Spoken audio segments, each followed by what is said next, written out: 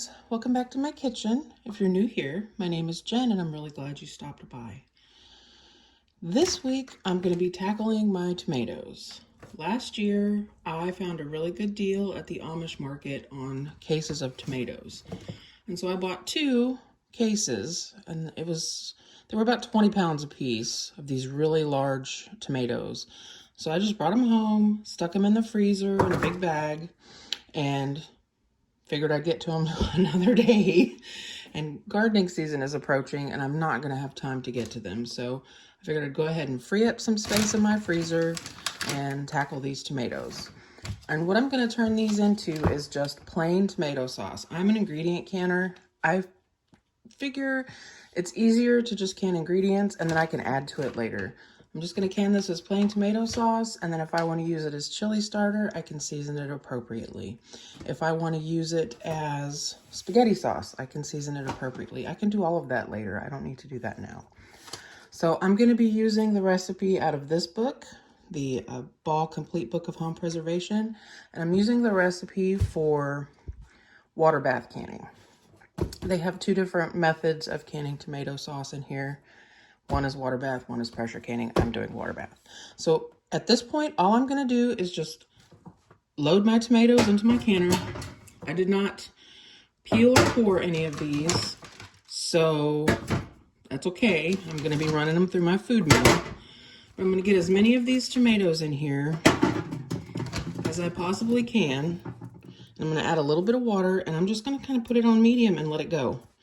If I can come in here later when it starts to thaw and slip off some of the skins, then I will do that. If not, it is not a big deal. I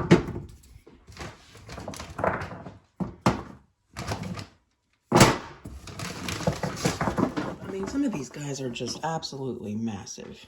It was such a good deal. I think I got the case for $12, which, you know, for 20-something pounds of potatoes, that's nothing. Some of these came from my garden. Some of these came from my sister-in-law's garden. They just, you know, I collected the tomatoes in a giant bag. And, you know, now we're going to get to them.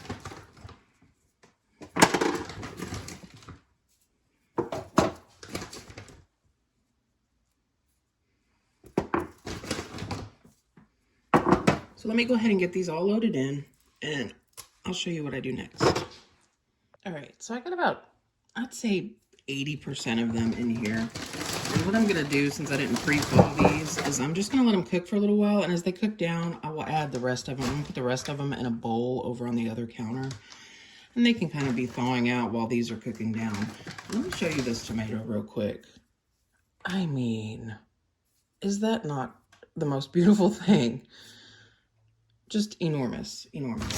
So if you have any, you know, Amish or Mennonite stores around you, or, you know, the Mennonite produce auctions, check them out because they have some really, really nice produce. So all I'm going to do to this is I'm going to add a little water to it just to keep them from scorching as they cook down.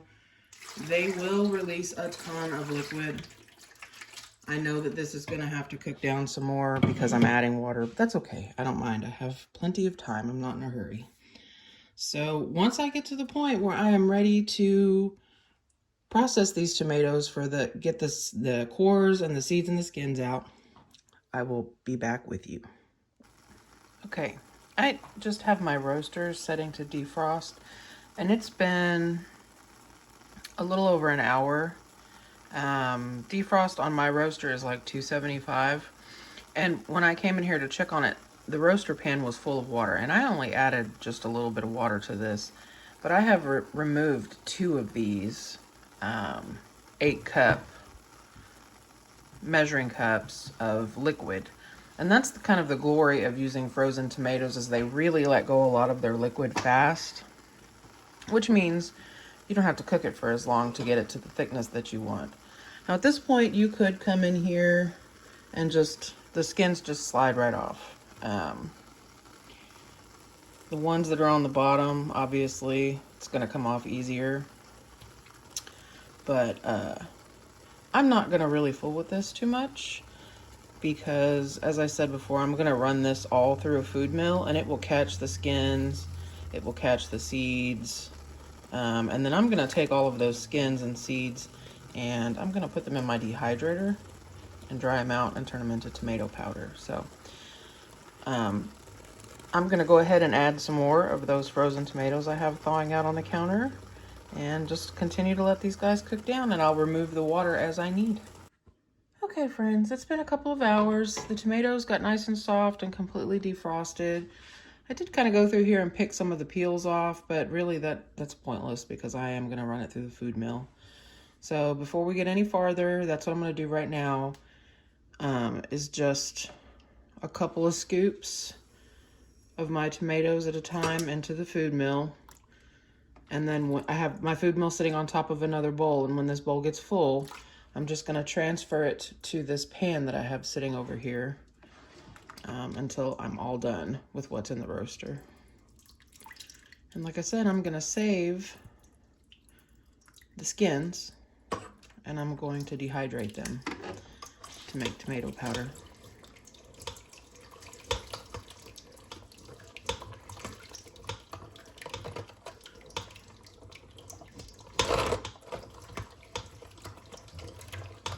I'm not going to show you this whole thing because I'm going to be here for a while, but I'll show you a couple batches and then show you what it looks like, what comes out underneath.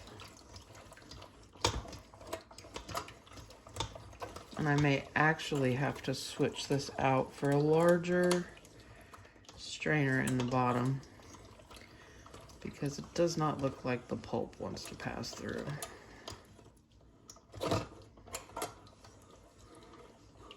So let me swap out the blade in the bottom. Okay, I put the medium one on here and I just flung tomatoes everywhere. But basically, I'm just going to continue to ladle in these tomatoes from the roaster into my mill. And if you've never canned before, there's several different kinds of mills you can use. This one was about 20 bucks on Amazon. Works pretty well. Just, you know, use what you have or what you can afford. So once I get this bowl full, I'm gonna pour it into this pan over here, and I'm gonna repeat the process until I've gone through all of these tomatoes, and I'll clean up the mess and I'll show you how much sauce I was left with, and we'll discuss what we do next. See the mess in the background? If you process tomatoes, brace yourself. They are messy. Okay friends, mess has been managed, dishes have been done. I have my quart jars and my water bath can are getting hot. Yeah, it's getting late, but we're gonna see this through. I have my tomato sauce over here getting hot, and then we're gonna get the show on the road.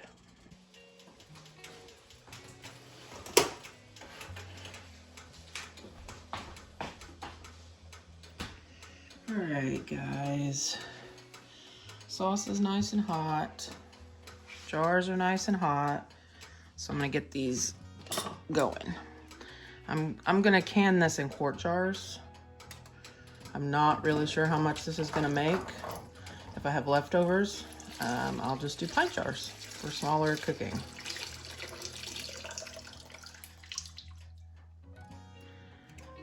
And this is not really a tutorial, but I will kind of go over it. Hot jar, hot liquid.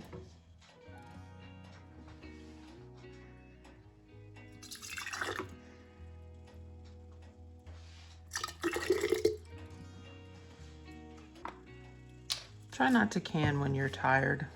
When you're tired, you start making mistakes. To the bottom of each one of these jars, I'm gonna add a teaspoon of salt.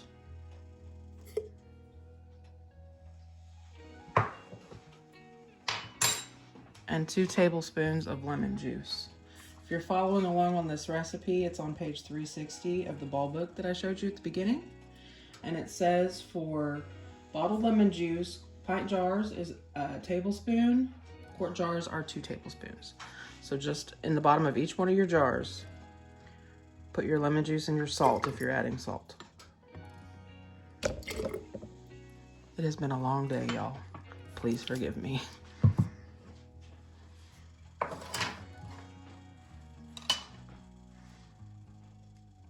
I'm just going to continue to fill this up to 1/2 inch of headspace.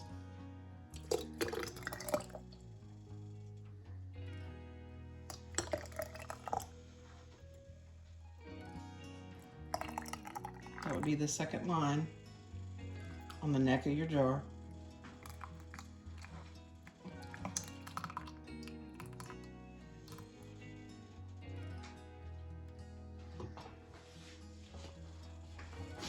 And then I'm going to find my chopstick that I keep misplacing. Just gonna give it a quick stir, chase some of those bubbles up to the top. I'm going to take my vinegar and my paper towel.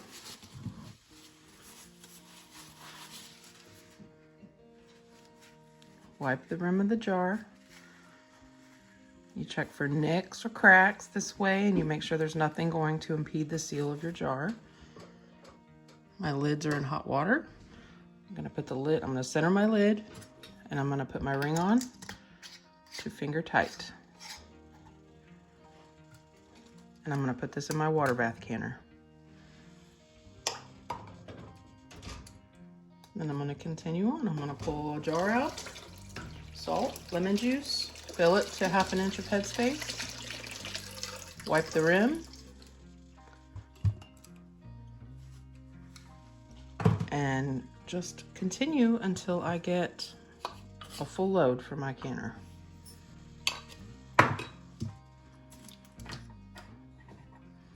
Now you could line all your jars up, put the salt and the lemon juice and all that in them, but it's pretty cold in my house. I don't have the heat on, and I don't want my jars to get cold. So this is a little slower, but it's also a little safer. You don't have to worry about busting a jar.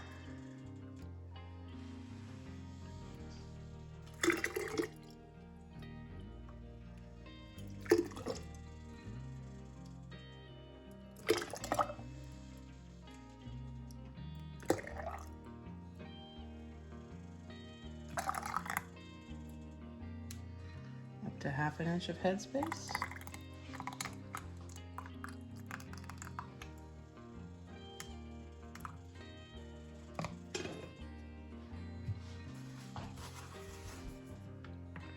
Knock the bubbles loose.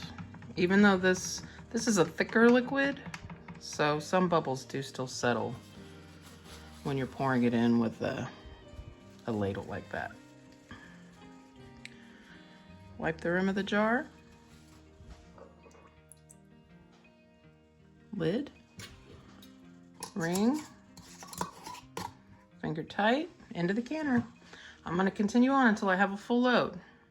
All right, this is the last one, and that is 7 quarts in my canner. And I only used about half of this pan of sauce. So what I'm going to do is I'm going to put the lid on my sauce and put it on the small burner over here on low to keep it nice and hot while my tomato sauce is processing until I can run another batch. I'm not going to show you the second batch or even the third if there happens to be a third, but I will show you at the end how many I ended up with when I was all finished.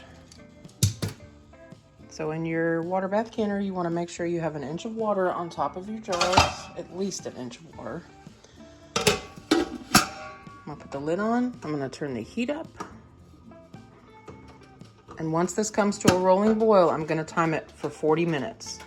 I believe it's 25 minutes for pints and 40 minutes for, no, it's 35 minutes for pints and 40 minutes for quarts.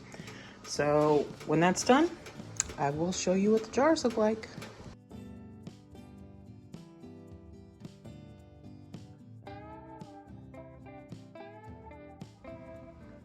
All right, guys, I've got 7 quarts. I'm gonna go ahead and process the rest of it. And in the morning when all the jars have cooled, I'll show you what the head count ended up being. You can see here where the tomato juice separated from the pulp of the tomatoes. That's no big deal. Once the jars cool, and you make sure that they're sealed, you can shake them up and it will combine back together again if it bothers you. So I'll see you guys back in the morning. All right, friends, it's the next day. All of my jars have cooled off. I ended up with 11 quarts and 1 pint jar. I did process the pint at the quart time. They all sealed. As you can see, once they seal, that separation, you can just shake the jar. It's an aesthetic thing. If it bothers you, just go into your pantry every so often and shake the jars. But yeah, I really hope that you try to process your own tomatoes this summer. And if you catch a deal at a produce auction or a Mennonite store, don't pass that up. Put those tomatoes in your freezer until you have time to deal with them. So as always, I want to say thanks for watching. Thanks for sticking with me through this chaotic video. If you haven't subscribed yet, I would encourage you to do so. I do cooking videos every Tuesday and I post garden vlogs on Friday. Until next time, y'all, happy cooking.